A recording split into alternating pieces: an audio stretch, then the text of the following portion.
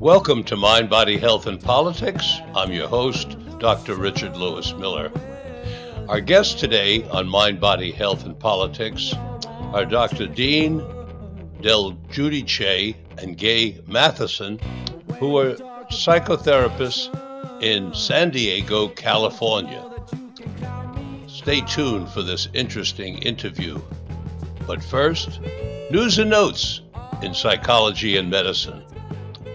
As we look with horror at the reprehensible invasion and killing of innocent civilians in the Ukraine, it's also a time for us to be looking at cleaning up our own house a bit.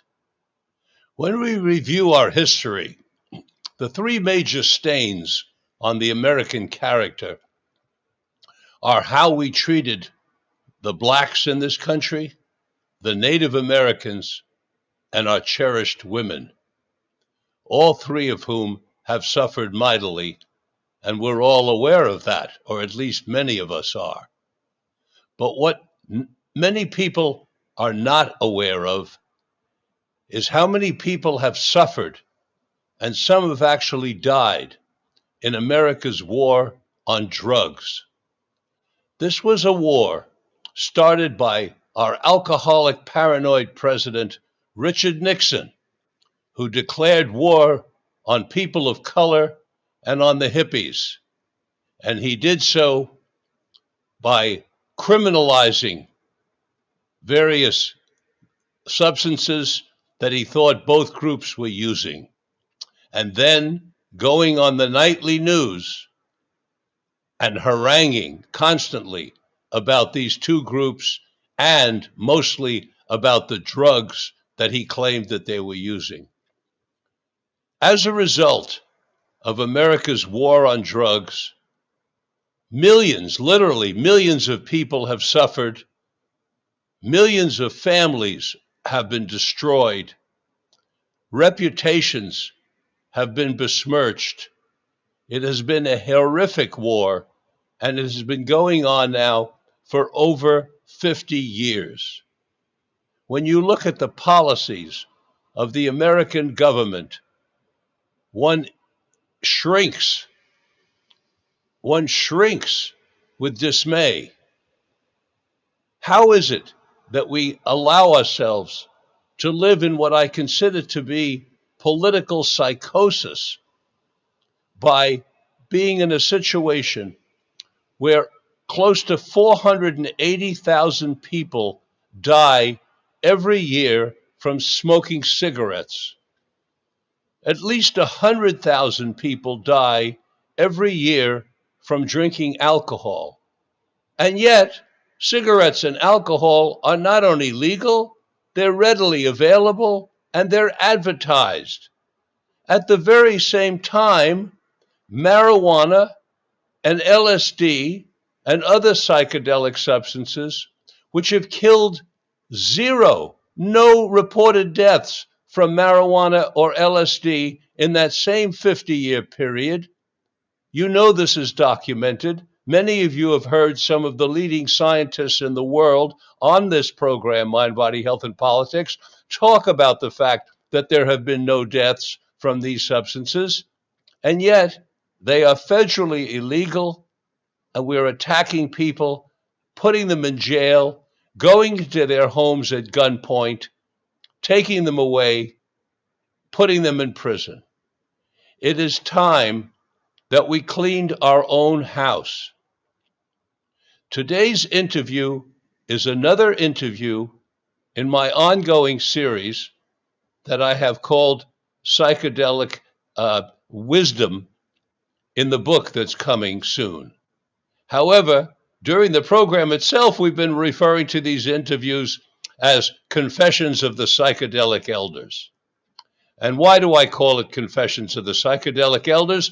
It is because I have selected prominent therapists from around the country and scientists who are over 65 years of age, maybe one or two snuck in a little younger, but almost all over 65, many in their 70s and 80s, and actually one in the 90s, carefully selected these folks for their courage, their extreme courage in self-experimenting with these psychedelic materials over a period of decades.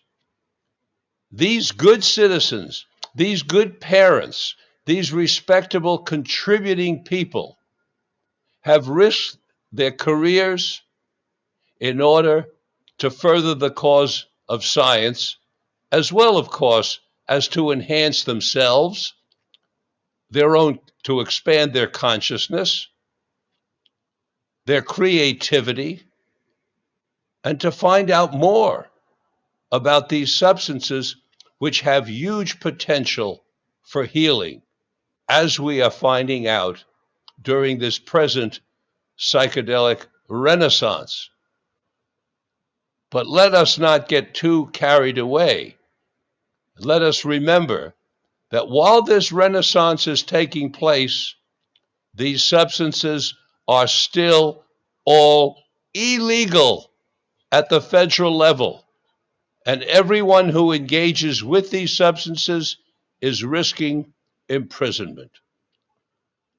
Today, with us, we have Dean Del Giudice and Gabe Matheson, two prominent therapists from San Diego, California. Dean has written a book called Tactical Boundaries, and Gay has written a book called Your Guide to Self-Actualization. We'll be talking to them about their books during a future interview. But today, we're interviewing them as psychedelic elders. Welcome, Dean and Gade. Welcome to Mind, Body, Health, and Politics. Thank you so much, Thank you, Richard. Richard. It's a pleasure to be on your show, and thank you for having us. Thank you for being here. So I said you live in San Diego, California.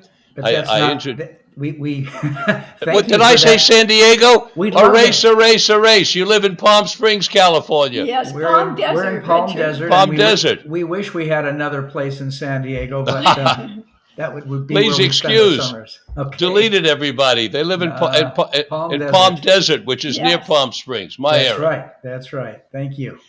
And if I may, Dean, how old are you? I'm 66 years old. Okay, so you make it. You're just a year over. I just slid right over the wire there. Yes. I'm not sure whether I should ask your age or not, because there is a kind of inhibition about asking females their age. It's okay, Richard. I'm 72. Okay, thank you very much for that. And in the name of femininity and equality, you came forth with your age as well. And I thank you for it. You're welcome. In terms of some background, Gay, were you brought up with religion? Not really. We went to church on major holidays, Easter, the night before Christmas, but that really was about it.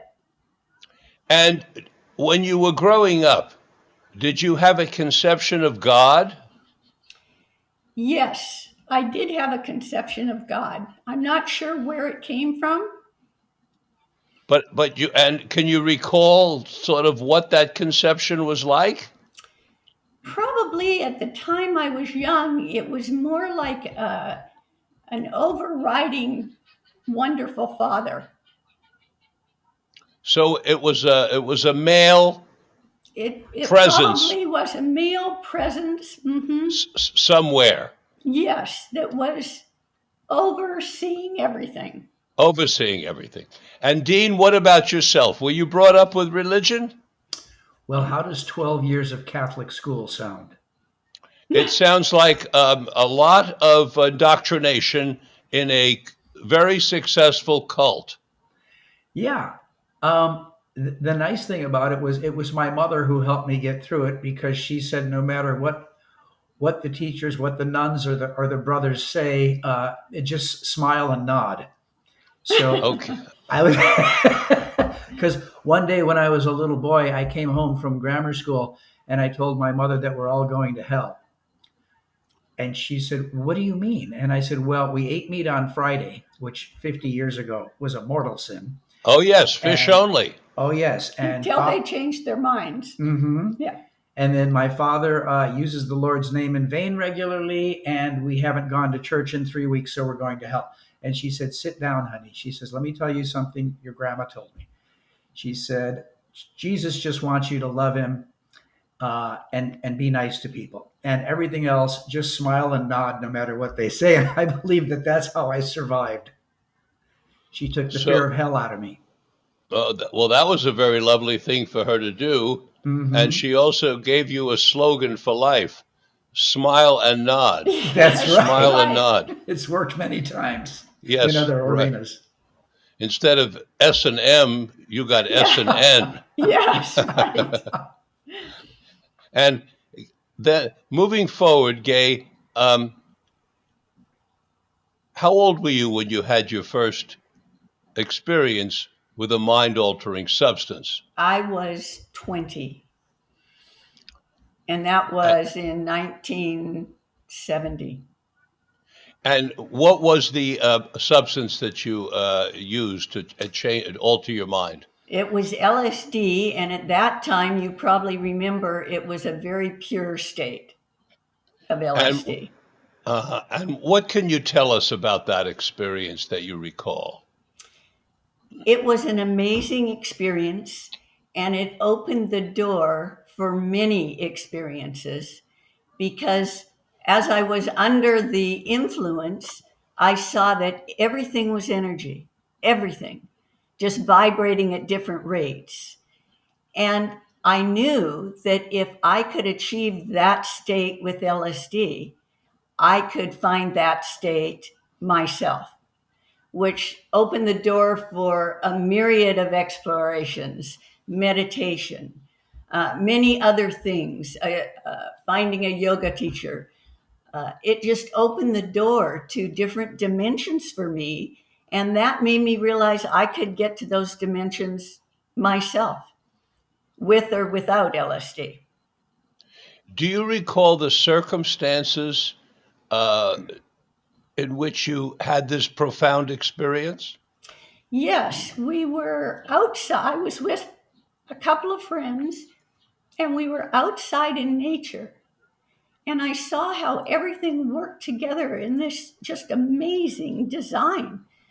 And I felt, if anybody's familiar with the heart chakra, I felt my heart chakra just opening and connecting with everything around me, the trees, the rocks, the water, my friends.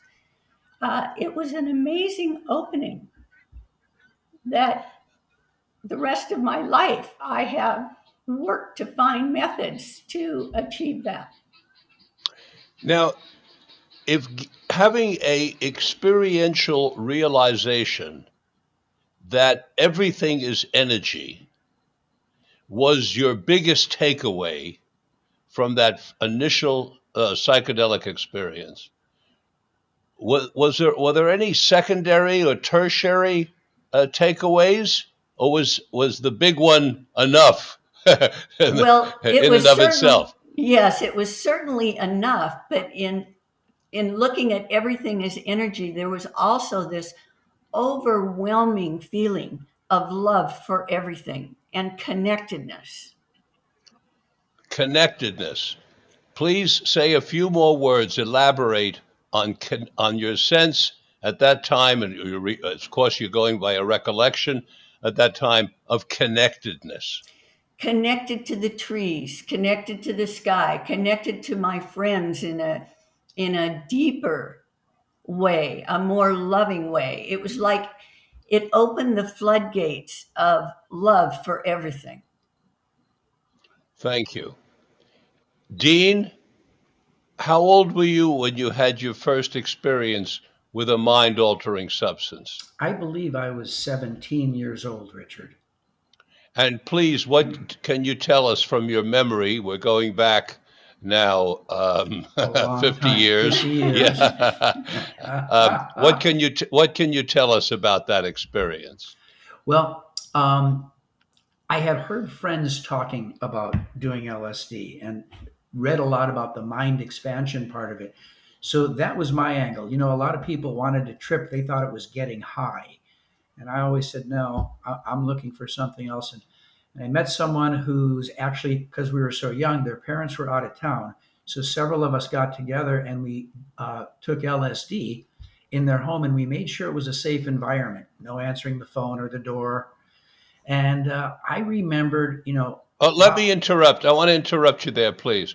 How did you know to create a safe environment? You were 17 years old, and that's almost a professional outlook.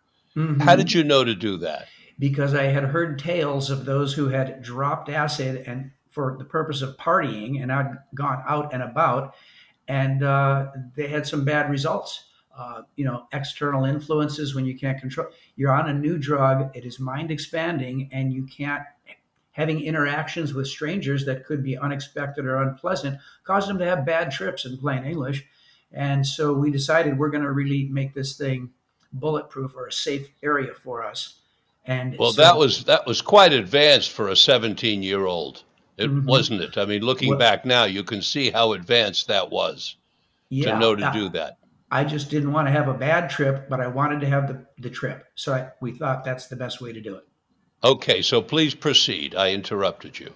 That's okay. Okay, so we took the LSD, and I remember the wonderful feelings coming on, and then it was like a bit of a roller coaster until I got used to it, and I saw the hallucinations, and they were random. And then I started realizing, and I'm doing this because of the trails. Remember, you could see the trails.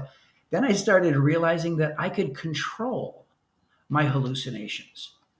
And that was fascinating to me, because now I can control what I'm seeing, or I could go in any direction I wanted.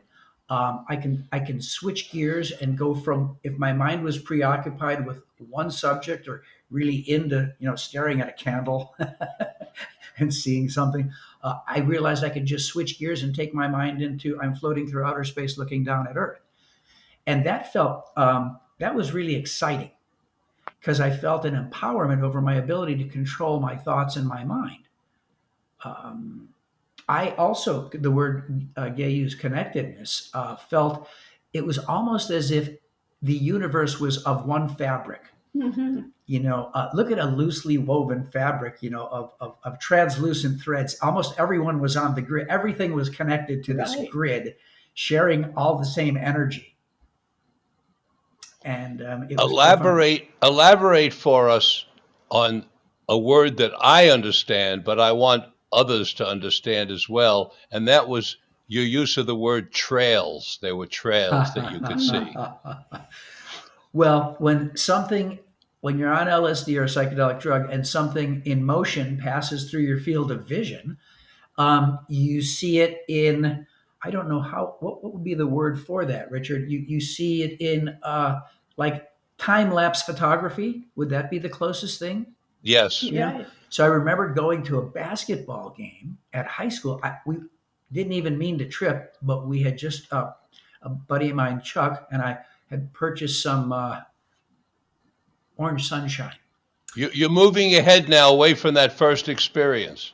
Oh, you are. Right. Yeah, so let's wait. I want to hear about the basketball, but we're still on that first experience. Okay. And you already were able to see the trails. Yes. Yes. Really what's happening is you're seeing that everything is in motion. Everything around us is in constant motion, and everything is as a form of energy, as Gay said. And I believe that what you're seeing in those trails are the remnants of the energy as it's moving through space. Yes. It's almost like what comes out of the back of a jet plane, but not quite. Right. Mm-hmm. And Richard, may I interject something? Yes, please. Another thing that I got, which also addresses the trails, is that time changed. And I realized that time was not what I thought. Say some more, Gay. Well, it seemed like I was there all day, but I was probably tripping for 3 or 4 hours. And like when Dean talks about the trails, that's a time thing too. So I realized that time is different than what I thought. It's not like finite. It's like a concept, in other words. Excuse me, go ahead. I agree, honey. And my experience also was of timelessness. Yes. It was just infinity. Yes. And I also had feelings of immortality. Yes. Now, it was as if I knew beyond the shadow of a doubt that I was an infinite being and connected to all this. It actually helped me, I guess you could say, look at death differently. Like, it helped me stop believing that death was finite, because I'd had that connected infinite experience. Yes. And I felt the immortality. Okay, coming back to you now, Gay. After that first experience, when you were 20 years of age, you had this sense of interconnectedness with everything. You had this sense that everything is made up of energy. Actually, when you said that, I thought of the famous Alex Gray paintings, where he paints people. I don't know if you've seen them, but they're wonderful paintings of people as energy forms. He actually paints the energy. And so what was your next experience after that, Gay? Oh, and to just highlight the first one, I had a spiritual awakening, I would say. And that was a result of the connectedness and this feeling of Talk love. to us about what you mean by a spiritual awakening. Well, I always felt like there was some higher intelligence, but after this experience, I realized that I was a part of that, and it was more powerful than I ever imagined. In other words, it confirmed it for me that there was a divine intelligence, if you will. And as best you recall, do you know what the dose of LSD was in that first experience when you were 20? You don't know. I have Thank no you. idea. Yeah, I sorry. understand. And Dean, do you have any guess at how much LSD you took during that first experience? No, all I remember is it was like considered the standard dosage of one hit Okay. of window pane or orange sunshine. Yeah. Okay. So, Gay, tell us about your next experience then with LSD. After that first one, you were 20 years old, and then what happened next? Well, I did a series, and I can't remember specifically the next, but it was the same kind of thing. It was that same wonderful feeling, a feeling of opening, connectedness. And I feel like it actually really changed my life. Can you say more about how it changed your life as a young person? Well, I just felt more in love with everything. More in love with everything and more connected and more secure, like Dean says, secure in my spiritual awakening that we were all of a piece, like the tapestry Dean talked about. And that felt really good. And you mentioned that you did a series. Does that mean that you and your friends planned a series of psychedelic experiences together? Is that what you meant by series? Yes. I don't think we set it out like we're going to do a series of 10, but it amounted to that. And this was all while you were in your early 20s? Yes. Okay. And now back to you, Dean. What was your next experience with a mind-altering substance? Well, my next one, Richard, and I had about 100 LSD trips. So Over what period of time? From let's say 17 to 21 or 22. Thank you. Okay. And so in the first trip, I felt as if I knew, had realizations of fabulous things, all of a sudden understandings that just came to me. And so on the second trip, I thought, I'm going to have a pad of paper and a pen. The problem is when I came down, I couldn't remember anything. So I said, I'm going to have a pad of paper and a pen here, and I'm going to bring some of this wisdom here. As Gay was saying, some kind of an intelligence. Well, I felt like there was some kind of a major source of, all the information, everything we needed to know. So I was going to have a pen and paper, write stuff down. And then when I came down, I would have brought this wonderful information back to earth. Unfortunately, when I came down, it was a great trip, and I had many realizations, similar experiences, but nothing I wrote down made any sense when I was not on the LSD. So what I concluded is that, whether this is true or false, I concluded that whatever it is that we're realizing while we're tripping is too complex for our minds without the psychedelic drug involved. So that when I came down, I don't have the psychedelic drug, and that's why my writings had no meaning. But I don't know if that's the case. I didn't write down anymore after that. And during this time, you're 17 to 21, you did engage in about 100 psychedelic experiences. Were you with the same group of people or similar? Would you have Similar. a similar group? Yeah, some So, would filter out, some would filter in, but we were always close. We were always friends that were trusted. I would never trip with strangers. oh, you would never. Okay, so that's important to know. Mm. And then during your regular time or your time when you were not, the rest of your life when you were not under the influence of these medicines, did you have discussions and talk about your psychedelic experiences with one another? Yes, absolutely. Yes. Yeah, and I see Gay is shaking her head. So you want to chime in there, Gay, and tell us about your some memories you have of discussions? Well, yes, with a group of friends, I would do it with different friends also. And sometimes we do art and we listen to music and we had a creative thing going and we would share what each other what we were doing and what we were thinking about it. And then something else interesting, I noticed that some people, if they took LSD, would lean towards a bad trip, and others would always have a good trip. And that was very interesting to me. And the only thing that I have come up with is that the people that were having a bad trip or a less than good trip, let's put it that way, were kind of rigid in their being rooted in reality. They weren't as flexible. So sometimes if I had a friend looking at her hand and she's saying, "Oh my God, this I look so old," or looking in the mirror and having a negative thing, then I found myself bringing people to another spot, giving them another perspective so they wouldn't get scared or weirded out. Mm-hmm. Mm-hmm. Yes. Sometimes what people call a bad trip is not having someone like you to guide them. And that's why I was so impressed that Dean knew how to create safe circumstance at age 17. Yes, Because because a bad trip can be turned into a good trip Oh, simply yeah. by either changing the focus the way you did with people or delving further into the badness in right, order to examine what it is that we're afraid of and right, then master it and conquer it.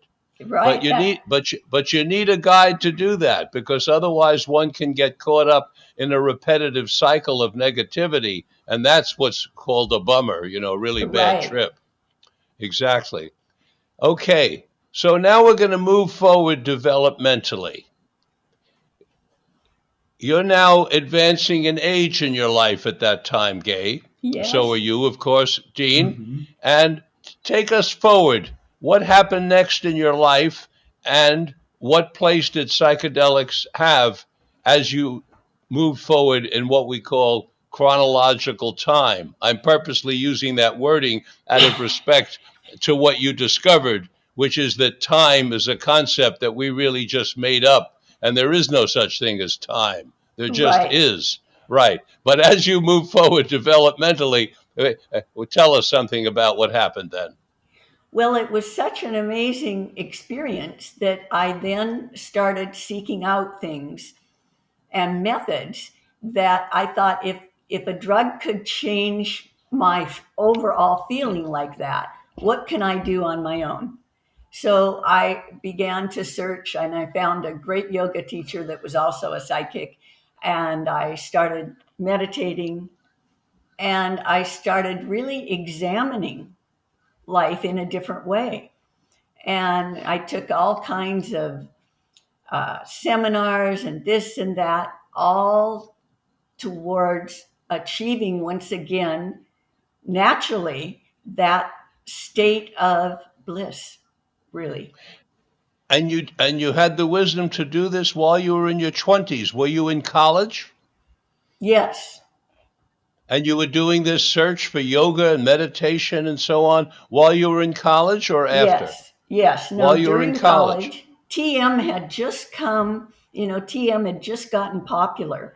And so I could take a college course on TM for $50 at the time, which I did Tra- do. Hmm. yeah, transcendental meditation. Right. And where were you? What college did you go to? Seattle. And I was going to the community college there at Wow, that must have time. quite advanced.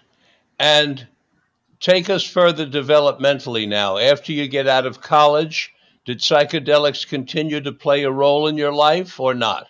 No, they really didn't. I had a spiritual experience that just came upon me. And I won't go into detail about that because it's a long, involved story. But after that experience, I call that a gift of grace. Um, for about 3 weeks after that, everything was just incredible, just like being on LSD. And it slowly waned, but I don't think I ever went back to how I was before. And then life has just been, you know, going to therapy, going into my own personal therapy, which is why we both became therapists based on our own individual therapy, and working to achieve that. And I think that we're pretty much there. Mm-hmm.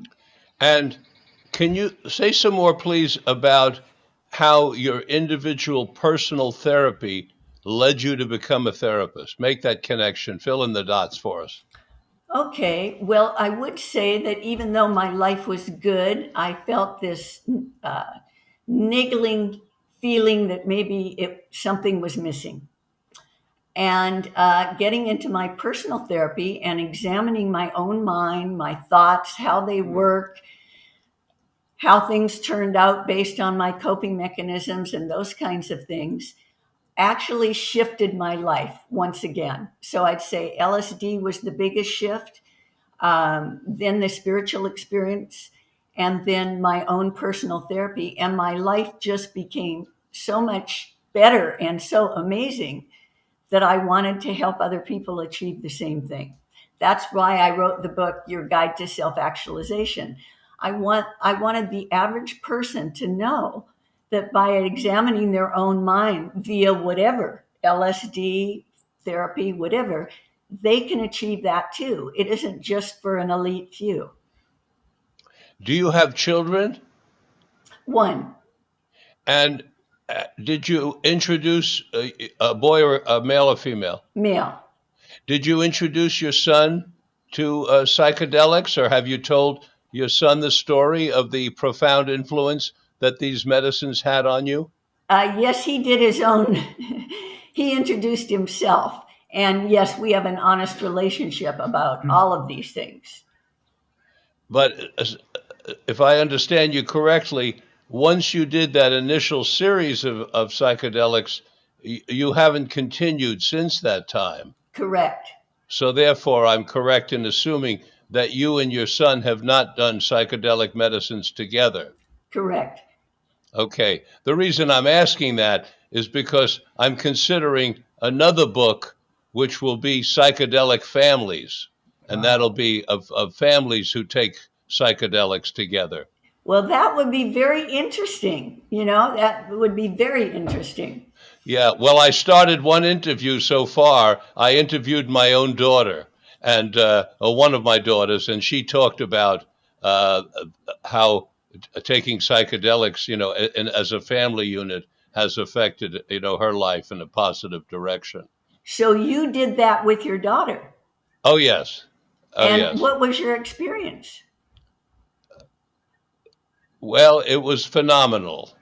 It was Mhm. uh, it was um, it was heart opening. It was profoundly empathetic. Um, it was the merging of energy systems, those energy systems that you talked about. We could feel the tendrils of the electricity merging. It was my wife and myself and my daughter that did it together, and it gave us an enhanced an enhanced sense of connectedness. Yes. So we were already quite connected, and there was already great trust in order to engage in this activity. But the experience itself brought us even further. And did it continue on, Richard? It has continued on and gotten only deeper. Ah, lovely. Yes. So, Dean, now I want to come back to you with the same question that I had for Gay, which is after this period, age 17 to 21, where you did perhaps 100 psychedelic journeys, take us forward. Did you continue in some way in your 20s and 30s and more, or what has been your developmental history in psychedelic substances? I did not continue um, after that, and part of it was because of an inability. The product that was available started to decrease in quality and have additives that it just wasn't as clean as it was 5 years earlier. Right. Or I didn't have access to something cleaner. And I noticed the degradation of it, and I thought, this enough of this. And so that's why Hmm.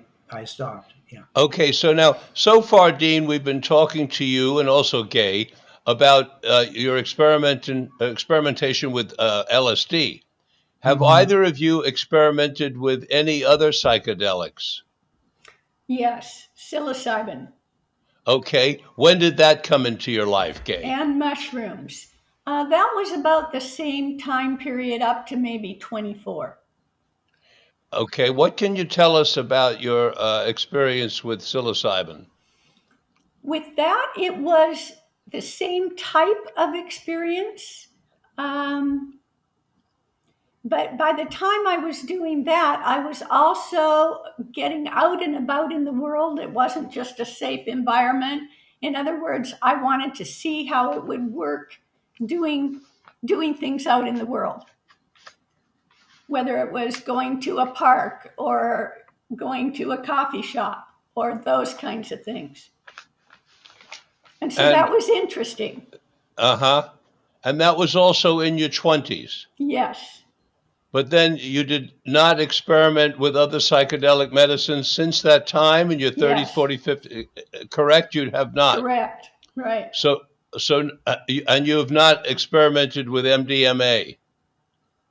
Oh, yes, I did have a little stint with that, as a matter of fact.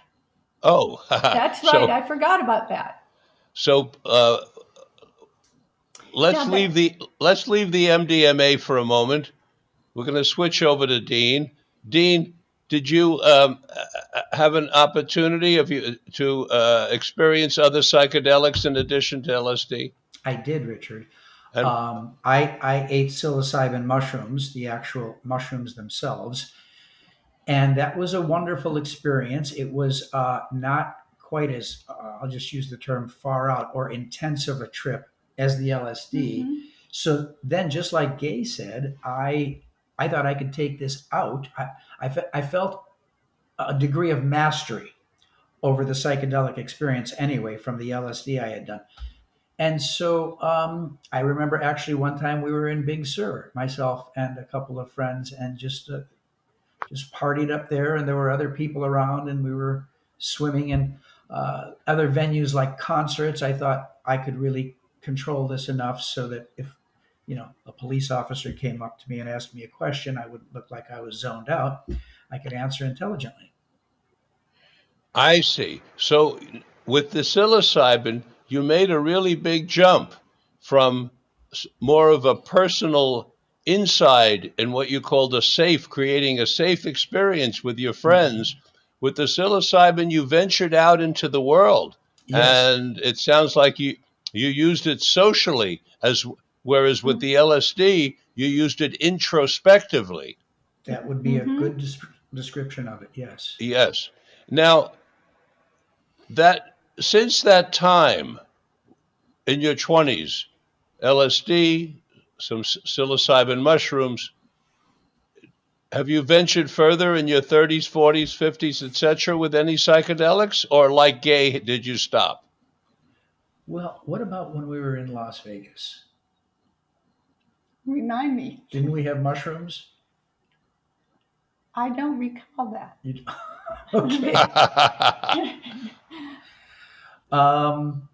Well, I thought we did, but at any Okay. rate, if anything, it was just a small dose of the actual mushroom itself. Yeah. That Now, go so ahead. the two of you have not had MDMA together? I've never had that at all, and I really am interested in it. Uh-huh. Now, have you had opportunities and have you used them, if you have, to share these experiences that you're sharing with me about LSD, particularly, and the profound effect that they've had on your lives? Because that's what you're saying in both your Yes. cases. You're Hmm. saying that these substances had major positive influences on your Yes. lives. Have you shared this with other professionals or with people in your family? Tell us about that, Gay. Well, we're very open about that, and I will even share that with clients if they're interested in that. And I have several clients that have taken ayahuasca and have felt like that actually changed their lives. And they made various decisions based on the learnings that they got through ayahuasca. Okay, so you have been open. You have been talking to people about these substances, Yeah, and you haven't felt isolated. In other words, no, and what about yourself, Dean? Have you been able to talk about your experiences? Well, of course, I share it with friends, and I have an older brother who I was able to share these things with, who would understand. But back years ago, I had to be very careful. Now, since I've become a therapist, and then I would find out, like Gay said, if somebody was open to that and wanted to discuss it, I would share it with them. And a lot of people were fascinated. And also, as Gay says, the ayahuasca, which once again I haven't had that either, but there was a ceremony going up in the high desert, and a client of mine came to me whose son was hooked on Vicodin. He was addicted to Vicodin, and she said she sent him up there for an ayahuasca experience for the weekend. And when he came back, he completely straightened his life out. I mean, he just didn't need another pill. Um, And he'd been in and out of treatment, right? He'd been in and out of treatment. He wasn't supporting himself. He looked disheveled. So all of a sudden, he's got a shave, a haircut. He's wearing nice clothes, and he starts working at a really high end place um, in a sales position. I mean, he just did a 180, and I thought that was absolutely profound. So I have shared that story that I just told with other clients. I said, so if you can find a ceremony, I think there's a lot to be gained from it. Um, from an addictive standpoint, if you're addicted to something, or if you have other habits that you just can't seem to understand and get a hold of. I and believe if this. you Go and if ahead. you've tried everything else, why not? If the government allowed you to use psychedelic medicines in your practice, would you do so? Maybe. There would be some clients. You mean actually administer it to the client in a clinical setting? If the government allowed it, it was fully Hmm. legal, and it was just considered a tool of your work, would you use it in your practice? That's what I'm asking. Would you take people Yes, on LSD journeys? I probably would, or at least psilocybin. I don't know Uh, about the LSD. But Okay, and psilocybin what for is your sure. hesitation about the LSD, Dean? If it's really clean, pure LSD, which is the only kind I would want to take, it can Of- be a little too intense for a neophyte, for somebody who does not have any. So I would at least want to start them with psilocybin. Um, And then maybe take them into LSD? yes, if they said, "Wow, that was great," and they had all these profound realizations, and I felt there was a thirst for more and to go deeper, and I imagine what I would do is interview that person more and say, well, we can do that. It will be more intense. So you'll have to really be mindful of your thoughts and Hmm. remember that you can control this. So if something looks scary or weird, I mean, like this one girl we were tripping with in someone's house was staring in the mirror and she said, this eye is bigger than the other eye. And she was freaking out. And I said, your eyes are the same size, just don't look in the mirror. So you have to know how to just break away from stuff. So I would coach them if they wanted a deeper experience, and then we would try that. Both of you look at these psychedelic experiences as life-changing experiences, and you're nodding your heads. Yes. Mm-hmm. How do you feel about the fact that 50 years after your profoundly positive experiences, these substances are still illegal? Well, it's ridiculous. Think of what the shamans have been doing for eons. I mean, Yeah, the indigenous people using them. right? As you said, there are no deaths reported, and um, I think it's just absurd. It's the war on drugs, as a DEA agent once told me, is we don't win it. It's never going to get won. It's just we're chasing our tail. Matter of fact, there are more drugs in the U.S. now than there ever were. And back to your point, if they can sell cigarettes and alcohol, why can't somebody eat a mushroom? Yeah. And alcohol compared to marijuana, oh, there's no comparison in terms of damage. Oh yeah, Now, alcohol, marijuana is legal recreationally in the state of California. Yes. Gay, do you see uh,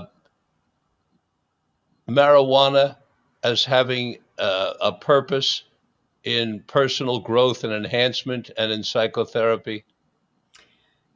In terms of personal growth, um, I always think that it is nice to change your state now and then.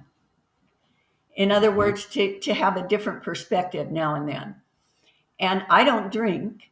And so marijuana is one way you can change your state for a few hours. And so, do I think it has value? Yeah, because I think everybody, it's good for everybody to change their state now and then Hmm. to get a different perspective. Hmm.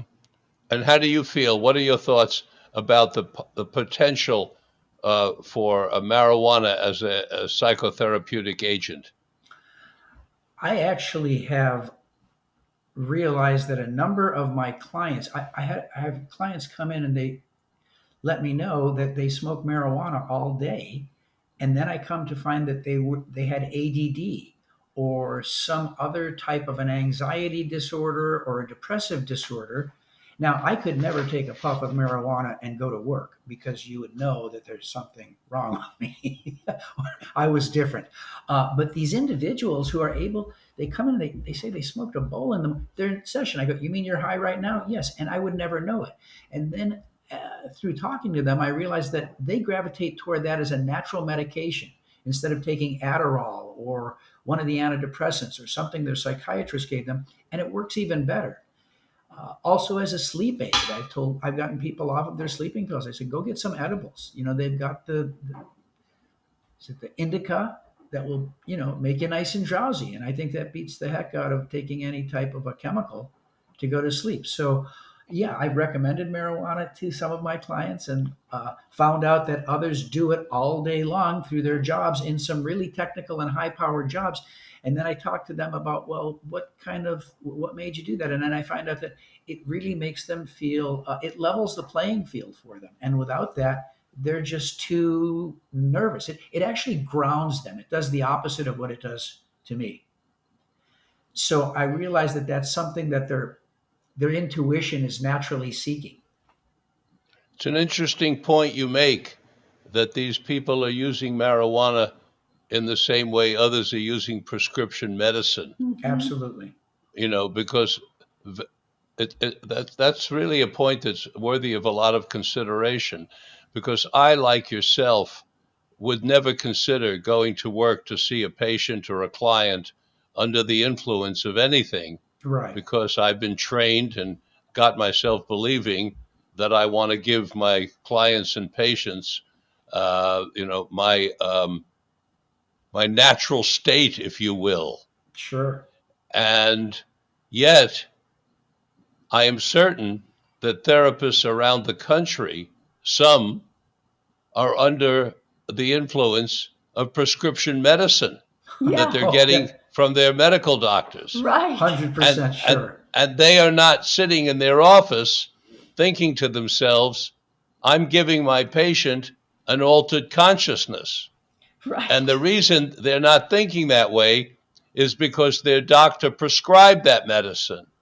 Whereas if they were to take marijuana in the way that your clients do, they would think that they're doing something, quote, bad or Right. wrong, right? Bad Exactly. or wrong, Right. unprofessional, in violation of the license. This is a Right. very, very interesting, Isn't it? situation. Yes, it is. So therefore, it would skip over the ethics barrier of having to be your real self, your most high functioning self. Now where did that thought go? The bad or wrong thing. Oh yeah. So I could be taking prescription drugs and I'm not doing anything wrong, just like you said. But if it were another substance that wasn't quite legal or accepted by society, yeah, there would be that guilt. So, for Between, example, would you want your surgeon on Xanax while he's slicing into you? right. Would you want what of the various medicines would you Right. want or not want? And yet we know very little about what surgeons around the country are under the influence of while they're doing surgery. There's Exactly. some interesting ideas coming out of this interview, worthy of a lot further consideration. Well, we did know a surgeon who was on Vicodin all the time and went to work. We'll just leave it at that. Yes, So I mean, in my chemical dependence program, I treated surgeons who were under the influence of cocaine Yeah. while they were doing surgery, Or alcohol. and unfortunately also alcohol. Right. right. Gay, how have these seminal psychedelic experiences affected your value system and your politics? Oh, that's interesting. I put you on the spot. Dean gets an opportunity to think about To that while think you're. about it. My value system. Yes. Well, certainly by the connectedness, um, and if I can think back on those trips, it was more loving and less critical. So, in a value system, that's helped me maybe be less judgmental. Um, Politics. Well, I would say that I'm a libertarian, so I'm conservative, but I feel that people should be able to do what they want. In other words, if they want to smoke marijuana, they should be able to do that. I'm of the mind of just mind your own business. Let people do what they want and don't be judgmental. I would say that carries over into the politics. Is mind your own business your variation of Dean's nod and smile? Yes. I don't care who sleeps with who or what you want to call yourself, or I don't believe in political correctness. I believe in an authentic self. And it's probably affected that, the authentic self. How about yourself, Dean? Have these psychedelic experiences affected, you believe, and not how, I mean, not whether or not, but they have. but how have they affected your values and your politics?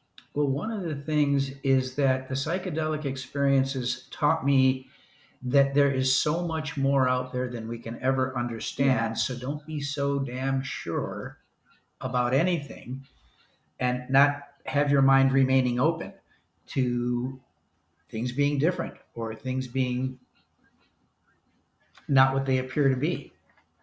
So it caused me to realize we don't know what we don't know. There's so much we don't know, and that has me viewing people differently. It has me viewing situations differently, Mm-hmm. and that's my big takeaway on that one. We're coming to the end of our time, and I have something that I'd like to ask, which is, if you two were able to get access to a variety of reagent from the pharmacy, any and all psychedelic medicines, for your present personal use or professional use with each other, are there any that you would select and would experiment with? Go for it. Well, we would like to have an ayahuasca experience. Yes. And that's probably what I would go for, or we would go for now, because of the whole experience, not just the ayahuasca, but the ceremony, the ritual. Mm-hmm. Mm-hmm. Mm-hmm. We would definitely do that if we found a good source that we could trust. And are there stories you've heard or information you have that lead you towards the ayahuasca? Was there some particular thing that you would like to, get from it that would be of interest to you? For me, it would be just having the experience and seeing what the experience has to teach me. And I have several clients that have experienced it and with very favorable results. And we've read about people Absolutely. that have experienced it, and many said it was life changing. Mm-hmm. Now, I don't know because of our past experience if it would be that for us, but I'd like to find out. It would be nice Okay. to compare and contrast Right. that type of a psychedelic experience with what we've already had in the past. Especially after 45 years. Yeah. It would Yes. be interesting to see what would happen now. And what about for you, Dean? Are there any other substances which, if you could get legal and 100% clean, you would like to experiment with? Well, of course, I'd want to do ayahuasca with Gate, but Yes. unlike her, I've never tried MDMA. And so I really have a curiosity there. I would like to do that.